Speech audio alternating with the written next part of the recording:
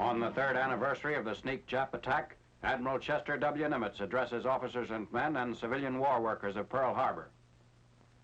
This date, the 7th of December, and this site, the Pearl Harbor Navy Yard, are a fitting time and place for me to tell you that all 6 of the Japanese aircraft carriers that opened this war by attacking us here 3 years ago now lie at the bottom of the sea. If I recall to you a bit of the history of another ghost fleet, I refer to those American warships that lay hurt, some of them on the bottom of this harbor, 3 years ago this noon. Most of this ghost fleet, which our enemy said was sunk or damaged beyond repair, is today haunting our enemy in a most un-ghost-like fashion. The battleships Pennsylvania, Maryland, Tennessee, California, and West Virginia.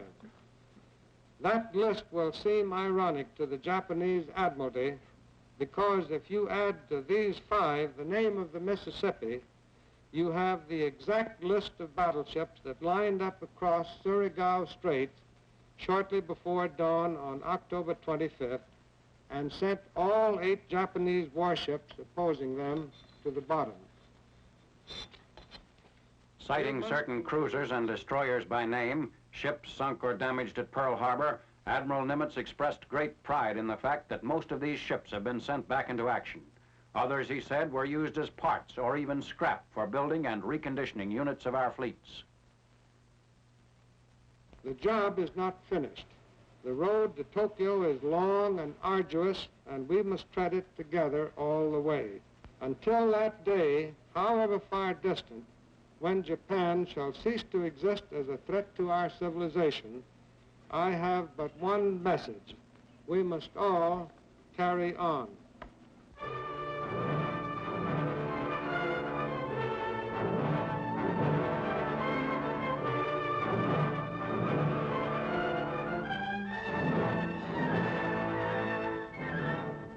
Elements of a U.S. infantry regiment map operations at TONKWA.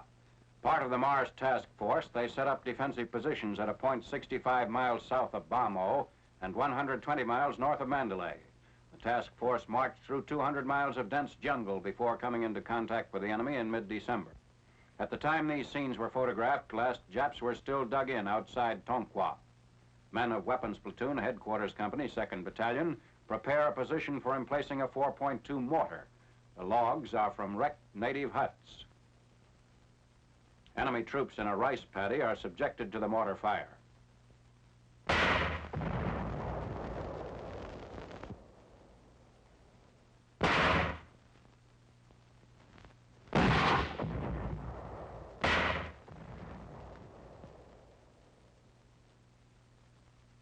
E Company, 2nd Battalion, flushes Japs out of a wooded area.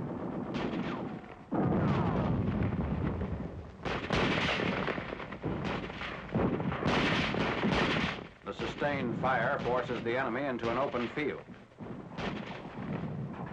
Our troops employ a captured Jap knee mortar. A captured Jap 25 light Nambu fires alongside our caliber 30 heavy machine gun.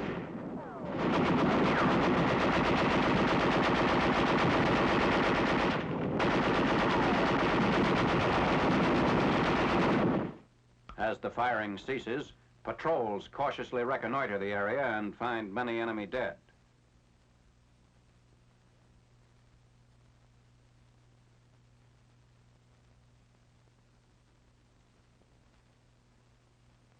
Wounded American troops are evacuated by Burmese ox carts. They are to be taken to Mole Lane, 3 miles to the north, from whence they will be flown out by L-5s. In a year-end report, Lieutenant General Daniel I. Sultan announced that in 10 weeks of Burma operations by Chinese American troops and British forces, 4,000 Japs had been killed and 9,000 square miles of territory retaken.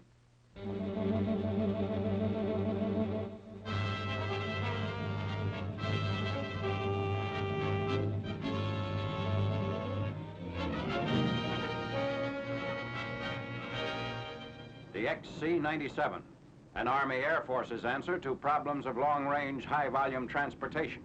Practically a B-29 with a double fuselage, it was first flight tested on 9th November 1944. 2 months later, it broke all records in the large airplane class by flying from Seattle to Washington in 6 hours, 3 minutes, and 50 seconds. 3 separate compartments in 2 decks give it nearly as much cargo space as 2 railroad boxcars. A ramp, which can be extended or retracted in less than a minute, is motivated by a monorail lift. This electric traverse hoist operates the full length of the main cabin on the upper deck. The hoist is used for direct lifting, load positioning, and towing. The ramp is adjustable in width and slope to accommodate vehicles of various tread and height.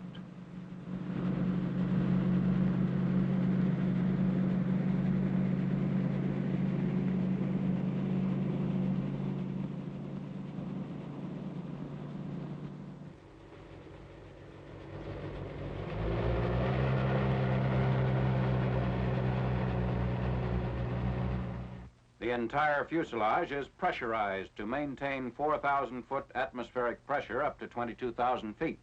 According to Boeing figures, the fuselage has a total volume of 7,066 cubic feet, of which 89% can be used for cargo. Illustrating a few of many loading possibilities. The C-97 can carry 134 fully equipped infantrymen. Range, 1,820 miles. Another possibility, 2 Type T9E1 tanks, 500 gallons of gasoline for the armored vehicles, and 25 fully equipped troops. Range, 770 miles. Another combination, 75 litter casualties, 4 medical personnel, litters, and medical supplies. The C-97 can fly this load 3,500 miles. Lower compartment doors swing to the ground, making their self-contained stairs available for rapid personnel loading. The transport has the same wingspan as the B-29, but is 11 feet longer and has a 5-foot greater overall height. This X model is powered by 4 2,200 horsepower engines, but production specifications call for engines of 2,450 horsepower. 320 miles per hour is the present cruising speed. Boeing engineers expect to add 30 miles to that. By way of comparison, the Lockheed C-69 has a range of 3,700 miles. The C-47, 1,550. The XC-97 has a maximum range on built-in tankage of 5,173 miles.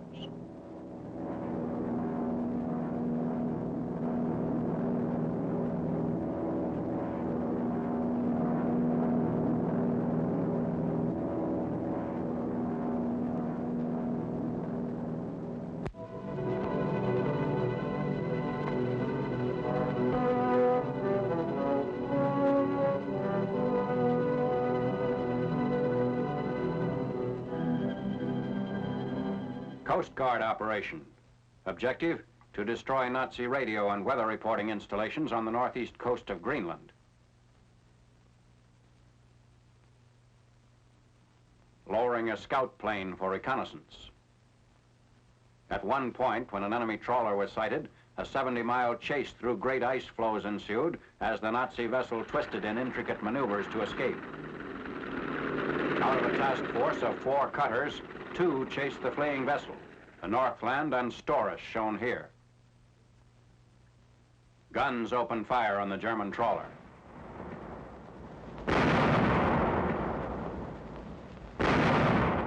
Their ship scuttled, this group of Nazis surrenders, climaxing the 70-mile pursuit.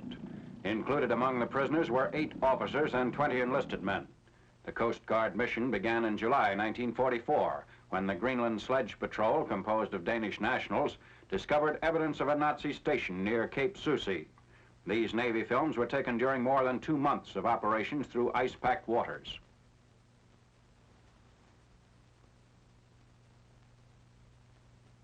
Probing the icy waters for additional quarry, a Focke-Wulf attached to the Nazi expeditions is sighted. Plane veers off to the east and disappears.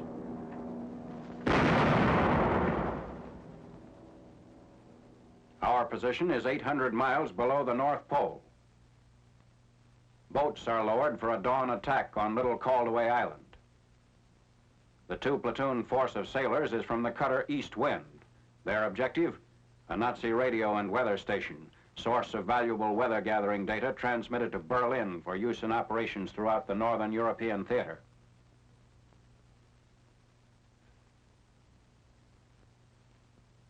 These latest skirmishes are the northernmost engagements to have taken place in this hemisphere. Several months prior to the landing, an Army combat crew searching the area of Cape Susi found a Nazi base hastily abandoned and burned.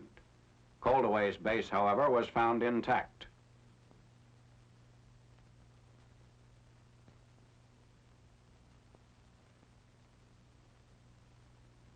The station is finally liquidated as 3 officers and 9 enlisted men surrender. A total of 60 prisoners were taken during the 2 months' operations. The job had to be done during the relatively short period when ships are able to operate through the shifting flows of the Arctic Ocean. During most of the year, the northern seas are covered over with ice. Mission accomplished.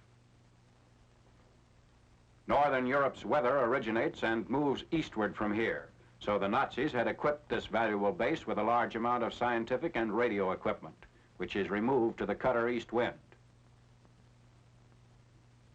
Another ship in the Arctic mission was the South Wind.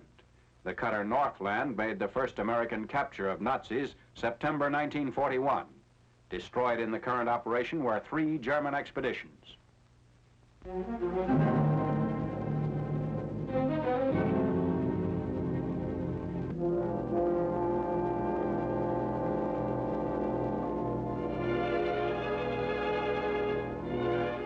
Snowbound at the 94th Evacuation Hospital, 5th Army Front. Christmas 1944 weather report. Below freezing temperature, often accompanied by heavy mist and fog. These scenes are typical of conditions all along the virtually stalemated battle line south of Bologna. With the 1st Armored Division, where weather aggravated terrible difficulties of the Apennine mountain terrain. Snowed in or bogged down units could be seen along the whole Italian front, from the Ligurian to the Adriatic Seas. Fighting in this particular sector is limited to patrol activities. Hazardous, ice-covered Highway 65.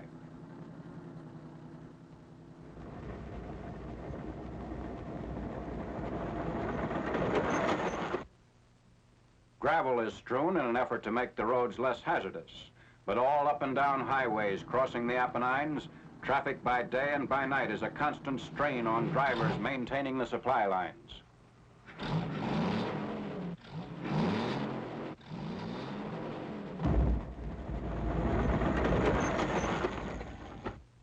This 60-inch, 8 million candle power searchlight is one of a battery of lights used by the 351st Anti-Aircraft Artillery during the pitch-dark winter nights to create a moonlight effect, giving better visibility over our network of roads near the front lines. Directed skyward, the powerful beams cast a ceiling of light over highways sheathed in ice. This improvisation has resulted in speedier and safer road transportation.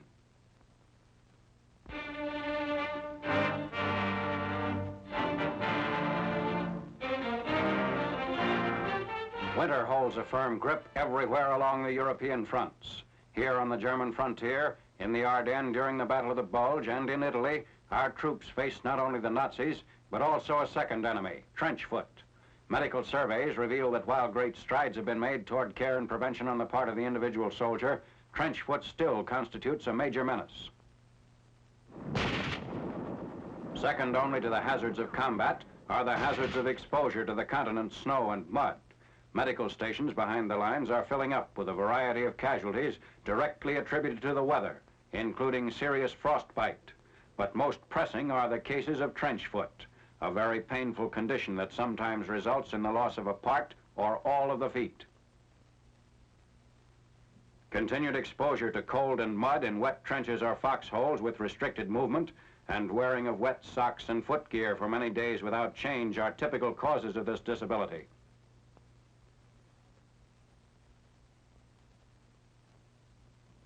Prevention is easily described, if not always easy to accomplish. A change of socks and drying the feet at least once a day will help ward off trench foot. If this is impossible, the medics recommend that the soldier take off his shoes and socks, exercise his feet, and wring out the socks.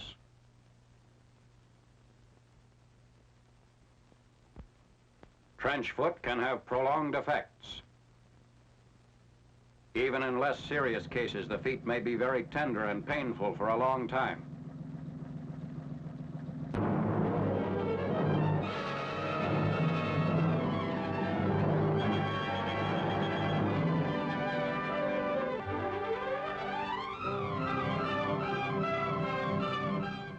January in the Ardennes.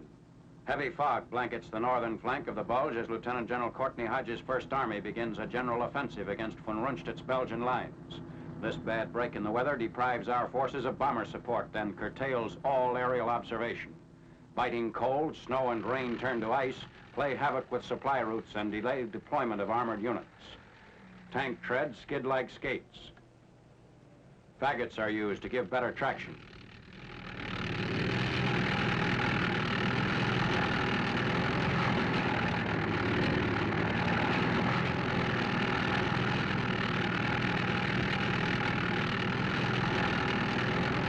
Similar conditions prevail on virtually every road behind the battle lines.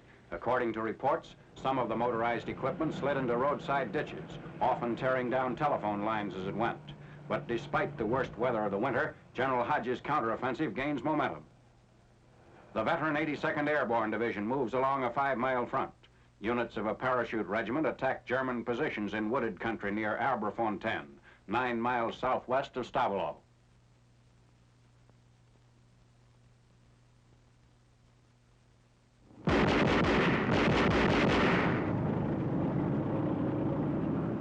West of these troops, infantry and armored teams operate on a 12-mile front. The 83rd Infantry combines with the 3rd Armored Division, commanded by Major General Maurice Rose. General Rose confers over the opening of a drive aimed at cutting the La Roche-Saint-Vite highway. Wreckage of earlier clashes in the Battle of the Bulge is piled up along the approaches to the vital road junction.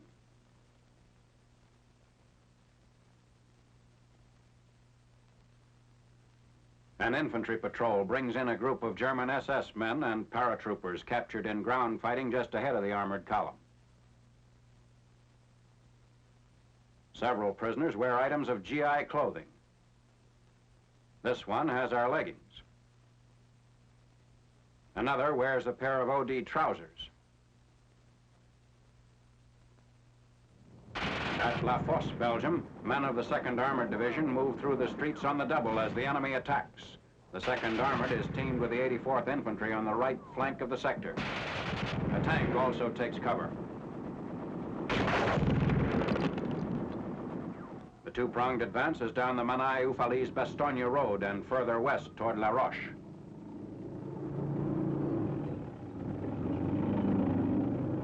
Dead Nazis are passed en route.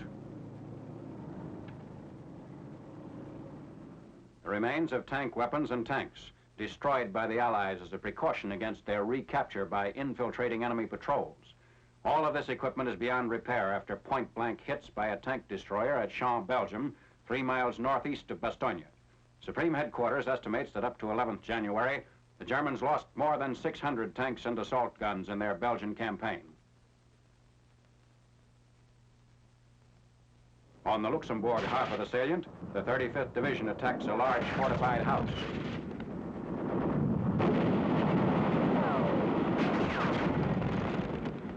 This attack is before the town of Arlange, 5 miles southeast of Bastogne. Enemy positions westward to Saint-Hubert are under siege as Lieutenant General George S. Patton's 3rd Army closes pockets containing thousands of enemy troops.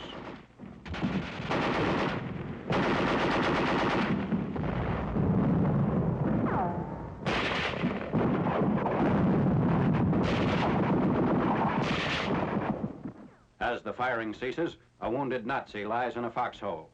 He was given first aid by our troops. Another wounded German is removed by litter bearers as the Bulge shrinks before the Allied onslaught.